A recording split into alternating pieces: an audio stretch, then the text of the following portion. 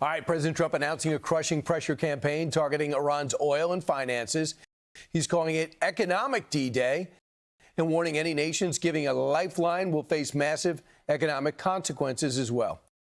House Majority Leader Steve Scalise joins us now. How important is this and showing patience right now with Iran? Well, Brian, first, great to be with you. And what President Trump has done is, he's shown patience. You had the 60-day ceasefire. But every step of the way, you see Iran violating all the terms of that. And so what President Trump is saying is, don't mistake patience for weakness. We are going to hit you, both Iran, their economy, their military has been decimated by President Trump's action. Their ability to get a nuclear weapon has been decimated. But now we're going to look at all those people that are doing business and feeding billions of dollars into Iran's economy and say, you got to stop doing it or it's going to affect your economy, too. But I see that what they're going to be doing now is they're going to be potentially punishing non-Iranian banks that do deals with Iran, shipping firms that do deals with Iran, insurers, as well as refiners, traders, ports, and governments that facilitate Iranian commerce. So that is the Treasury Secretary making offensive moves. But does it bother you that the Russians seeming to be are determined to rearm them and have been rearming them through the Caspian Sea? Yeah, and I mean, look, we've got our own problems with Russia. Russia's got its own problems internally. I mean, Ukraine is making a really strong stand right now against Russia. They're hitting a lot more facilities. I hope they keep doing that, by the way. But Russia's on their knees. You don't want to see them getting involved in Iran, but Russia's exposed their weaknesses as well. So we got gas up $1 where it was roughly from a year ago.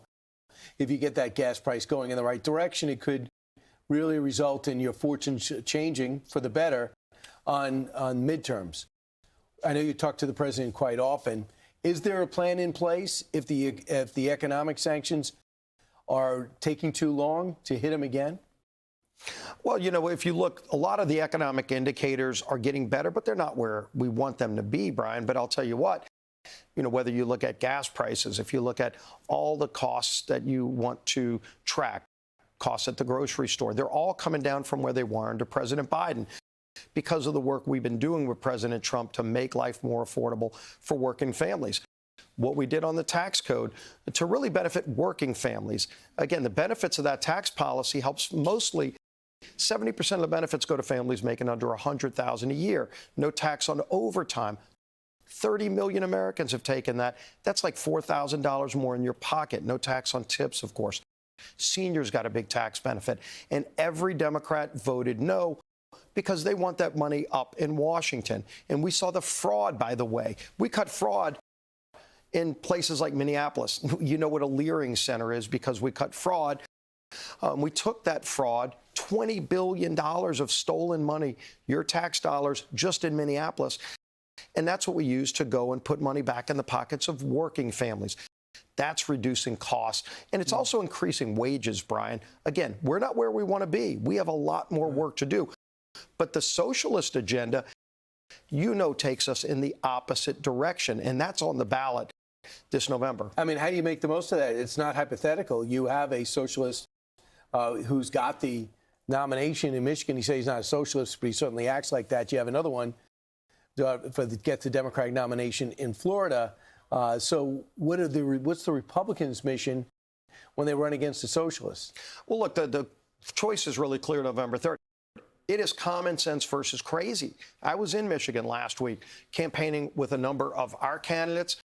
My colleague and dear friend John James, who's running for governor. You got Mike Rogers, who's leading right now against Al Sayed, who's their Senate candidate, who's a socialist as well, really to the left. He's running to the left of some of the DSA candidates in his socialist agenda.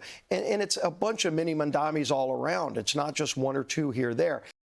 That is what the House will look like if the Democrats get the majority. And Brian, people are getting this everywhere I go. I was in Iowa last week. Right. Middle America. I was in North and South Carolina this week. Everybody understands what's at stake and why everybody needs to vote November 3rd. And because if they do get the majority, because the socialists have won, and they'll have a tremendous amount of power over whoever is the leader there. So that will be really the agenda. They'll could be write the implemented. agenda. Absolutely. The DSA agenda will be America's agenda, and America doesn't want that, but everybody's got to vote and make their voices heard. Steve.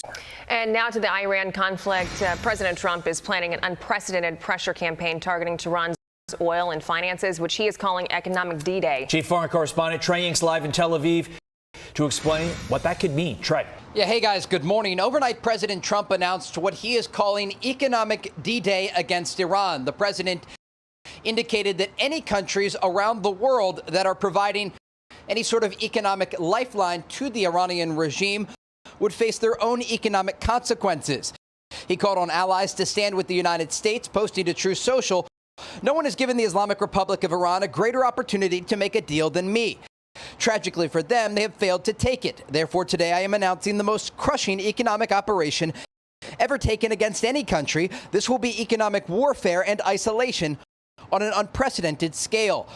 On Wednesday, the president described the state of play amid reports that the United States is still overseeing vessels through a safe corridor to export millions of barrels of oil out of the Persian Gulf each day. But the deal didn't terminate. The deal didn't turn out to be what they said. When they tell us one thing and they do another. But the blockade has been 100% successful. No boats have gotten into Iran, but they are getting in for other places. But we'll see. We're going to see what happens.